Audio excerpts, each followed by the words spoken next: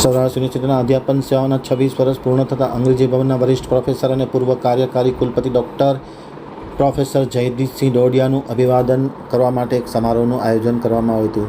ડોડિયાને ખૂબ ખૂબ અભિનંદન પાઠવવામાં આવ્યા.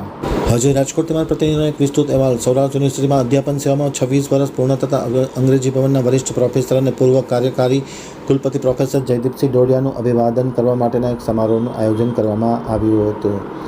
સૌરાષ્ટ્ર યુનિવર્સિટીમાં કુલપતિ professor doctor Utpal Joshi, Ramakrishna mission રાજકોટના પ્રમુખ સ્વામી નિખિલેશ્વરાનંદજી, પૂર્વ કુલપતિ પ્રોફેસર ડૉક્ટર કમલેશ જોશી, પૂર્વ કુલપતિ પ્રોફેસર ડૉક્ટર પ્રતાપસિંહ ચૌહાણ, કુલસચિવ ડૉક્ટર રમેશ પરમારની પ્રેરક ઉપસ્થિતિમાં સન્માનપત્ર અર્પણ કરી અને અભિવાદન કરવામાં આવ્યું હતું. પ્રોફેસર ડોડિયા 1998માં સૌરાષ્ટ્ર યુનિવર્સિટીના અંગ્રેજી ભવનમાં આસિસ્ટન્ટ પ્રોફેસર તરીકે જોડાયા હતા અને સતત તેમની 26 વર્ષ સુધીની આ સેવા યાત્રા આજે સમાપન થઈ હતી. તે નિમિત્તે તેમને અભિવાદન કરવામાં આવ્યું હતું. અભિવાદનના કાર્યક્રમમાં મોટી સંખ્યામાં લોકો ખાસ હાજર રહ્યા હતા. ખાસ કરીને અજય જોશી, અભયસિંહ ડોડિયા, CN જાવિયા, મગનભાઈ ઝાલાવાડિયા, ઉદયસિંહ રામભાઈ ઝાલા, દીપસિંહ